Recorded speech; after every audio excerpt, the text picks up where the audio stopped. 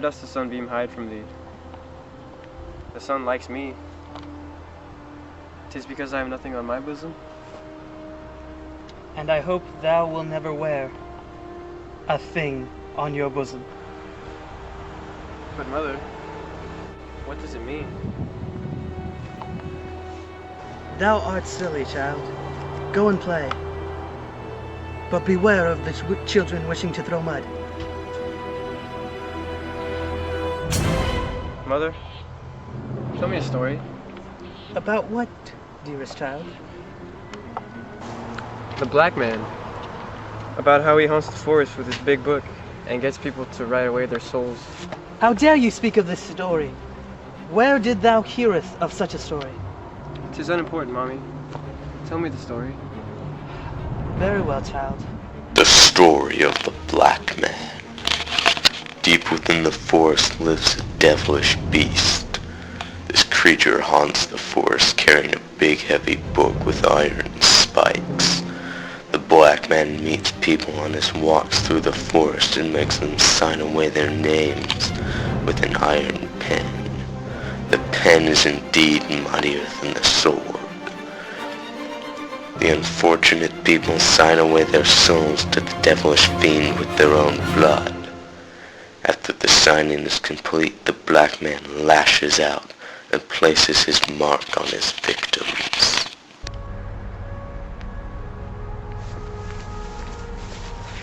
Who was that?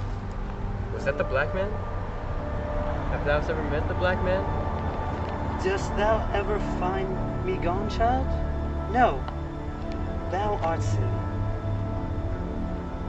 If you have not met him, then who has?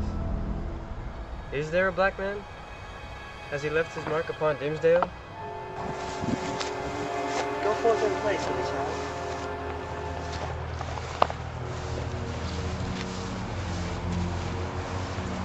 Dimsdale, I have something to tell you. What is it? Is it Pearl? Has she been attacked by the children flinging mud? No, it is Chillingworth. Ah, yes, my doctor. He is no doctor. What? He is my husband, and he knows of the sins you committed. He is the reason for your torture. You're telling me that you are the reason why I'm in such pain? How could you?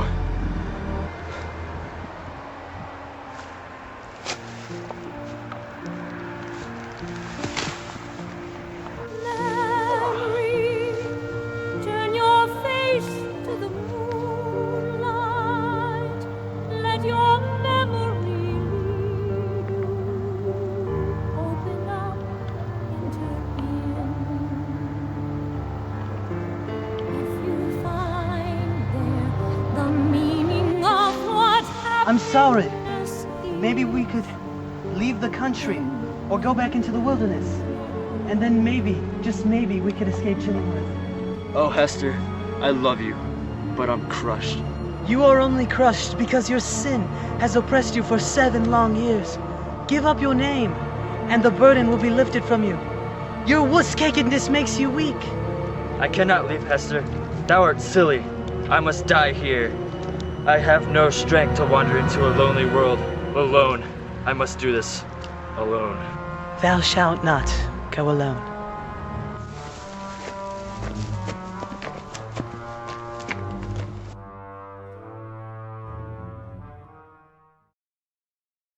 Good afternoon, welcome to the one and only Scarlett Letter podcast. Today we're going to be discussing death, the theme of death in the Scarlett Letter, and certain parts in the book also of how they relate to the dark and traditional romantic ideals.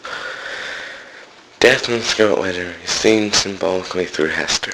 How is this seen? Well, it's first shown, strongly when Hester decides to tell Dimsdale who Chillingworth is, and that basically it's all her fault that Dimsdale is being hurt and marked. Do you have anything?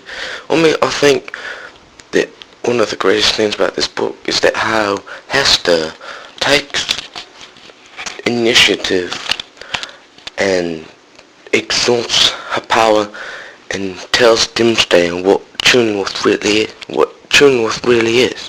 Because had she just kept going, Chillingworth would have been torturing Dimsdale forever. And I don't really think he would have left him to die. Alright, thank you, Mark. Well, right now, let's look at how the part of the traditional romantic works.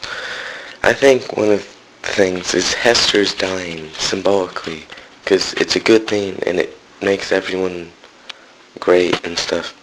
Because in Thanatopsis, it says that, like, you all be equal. It basically says you'll all be equal when you die, and that there's nothing to fear and all that.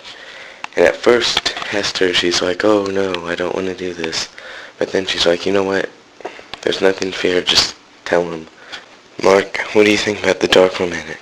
Well, I think that in the dark romantic, that there's this Doomsday kind of dies symbolically also, because he flagellated himself and he's laughing, it's dark, it's creepy, he's a creepy man.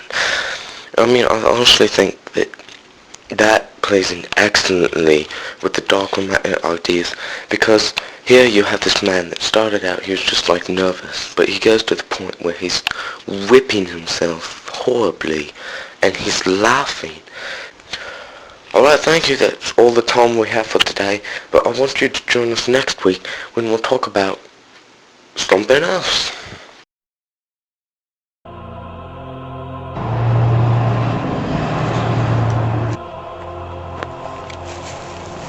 Ah, Mr. Dimsdale.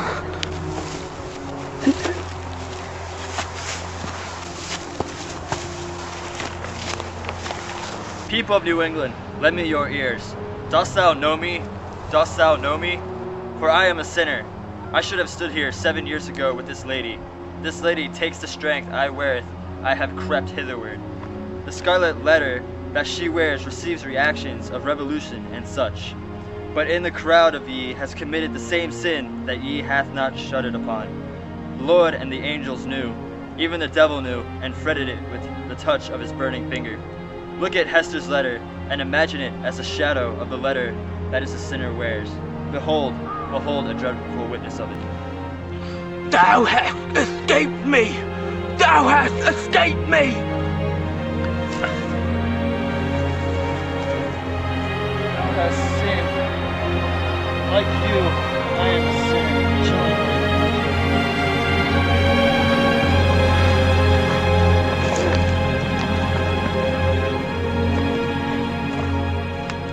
Oh, Arthur, will I ever see you again?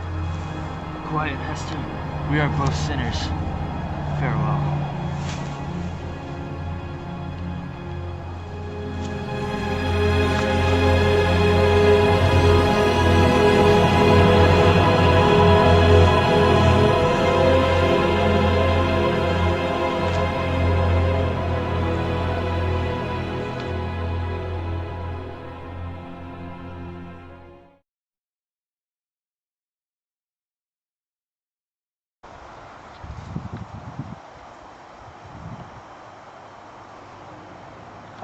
I've seemed to forgotten my ink.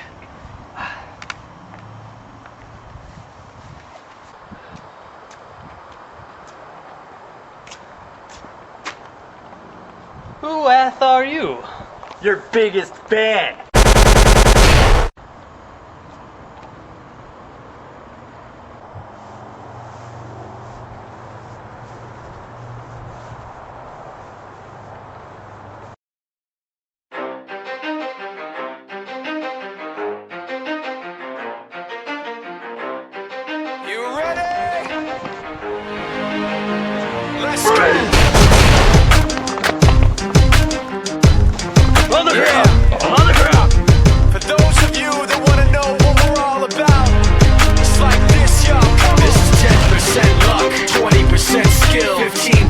Concentrated power of will, 5% pleasure, 50% pain, 100% reason to remember the name. Yeah. For those of you that want